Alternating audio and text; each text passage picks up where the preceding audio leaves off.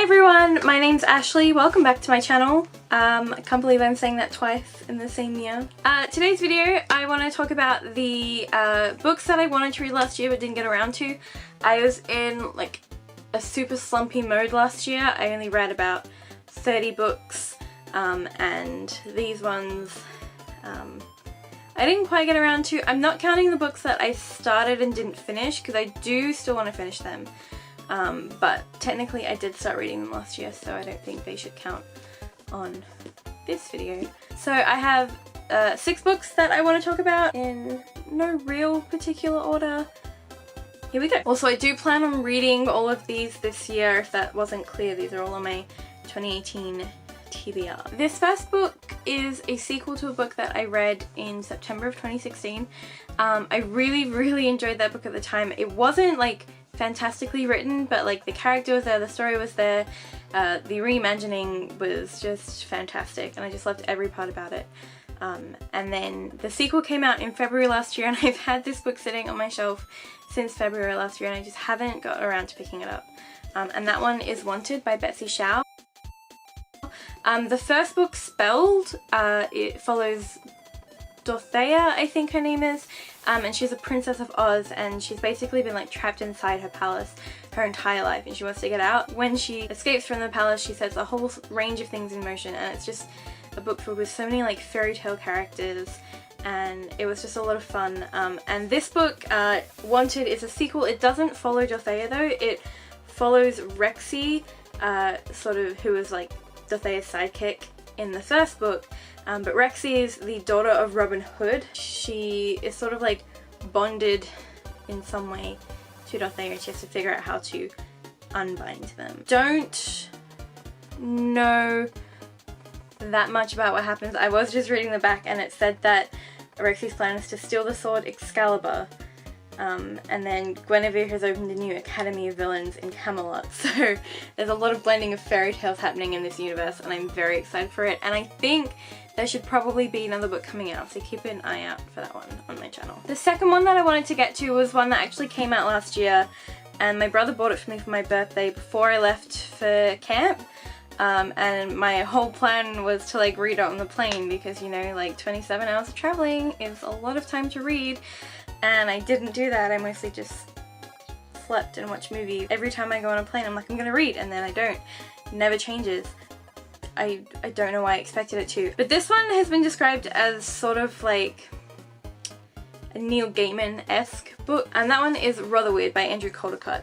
This book is about a like town and it's very mysterious and I don't really know how to explain it. I've only read like 3 or 4 chapters just to see if I would enjoy it. I'll read the back to you. It says, the town of Rotherweird stands alone. There are no guidebooks despite the diverse and original architectural styles cramming the narrow streets, the avant-garde science and offbeat customs. Cast adrift from the rest of England by Elizabeth I, Rotherweird's independence is subject to one disturbing condition. Nobody studies the town or its history. For beneath the enchanting surface lurks a secret so dark that it must never be rediscovered, still less reused. But secrets have a way of leaking out. 2 inquisitive outsiders have arrived, Jonah Oblong to teach modern history at Rotherweird School, nothing local and nothing before 1800, and the sinister billionaire Sir Veronal Slickstone, who has somehow got permission to renovate the town's long derelict manor house. Slickstone and Oblong, though driven by conflicting motives, both strive to connect past and present until they and their allies are drawn into a race against time and each other. The consequences will be lethal and apocalyptic. And I think when we first saw this book, I looked it up and I believed it was a standalone, but I think there's more coming. The next one is one that my parents got me for Christmas, and I think it was 2015. Definitely remember showing this one on my channel in 2016. But never mind, that's not important. This one is called The Girl with All the Gifts by M.R. Carey. It's like a thriller book. I don't know much about what happens in it, and I believe that's the way to go into this book. I have like recently realized that I'm a bit of a fan of horror and thriller books. Not movies, I can't do movies like that, but books I seem to be okay with. And I just want to explore that genre a bit more since I'm apparently like interested in it. This one I got towards the end of 2016. I don't think I hold it on my channel, but or I might have hold it on my channel, I'm not sure. I was so excited for it. I love this author so much, and I was just gonna like jump right into the book, and then I started reading it, and then I didn't continue, which is weird because I was like really enjoying it, and I really love this author and all the stuff that she's come out with before. And that book is Heartless by Marissa Meyer. It's a sort of Alice in Wonderland reimagining following the Queen of Hearts, and her story and how she became the Queen of Hearts. I was so excited for this book, and it has such a beautiful, beautiful cover.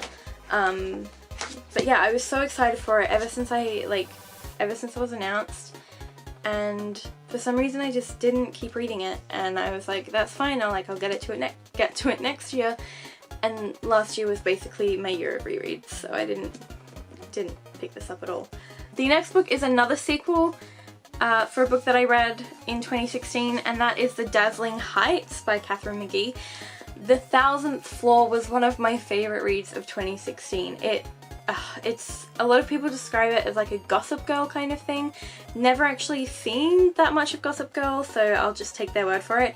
But you've got these like 5 teenagers living in Manhattan, which is now like this beautiful tower, and it's set in like a futuristic society, class divide, and The 1000th Floor was just so interesting, and it gripped me so much. And then The Dazzling Heights came out in I think August or September of last year, and I got it. I bought it straight away, and I was so excited when it arrived, and then I just didn't read the book. The last book that I wanted to read last year but didn't get around to is Renegades. This one's also by Marissa Meyer, and this one is a duology, I believe, and it follows, what's her name?